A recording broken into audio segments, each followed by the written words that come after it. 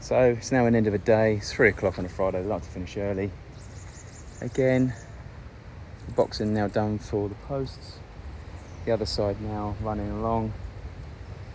This one now is looking a bit further on. Now the L shape to do for the end of today.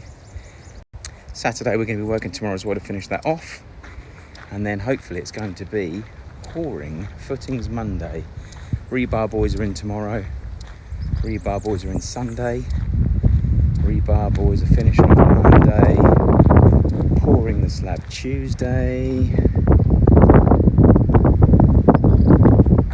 Finally turned up as well. I'll just show you in a minute. So we're dug out and nearly ready to go. So a week over. I think it's day 22 today, if I remember rightly. Still plenty of work to be done, but hopefully next week we start seeing a change.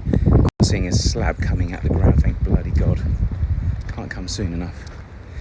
So anyway, and here's the truck. A little workhorse that will get me over for the next few weeks.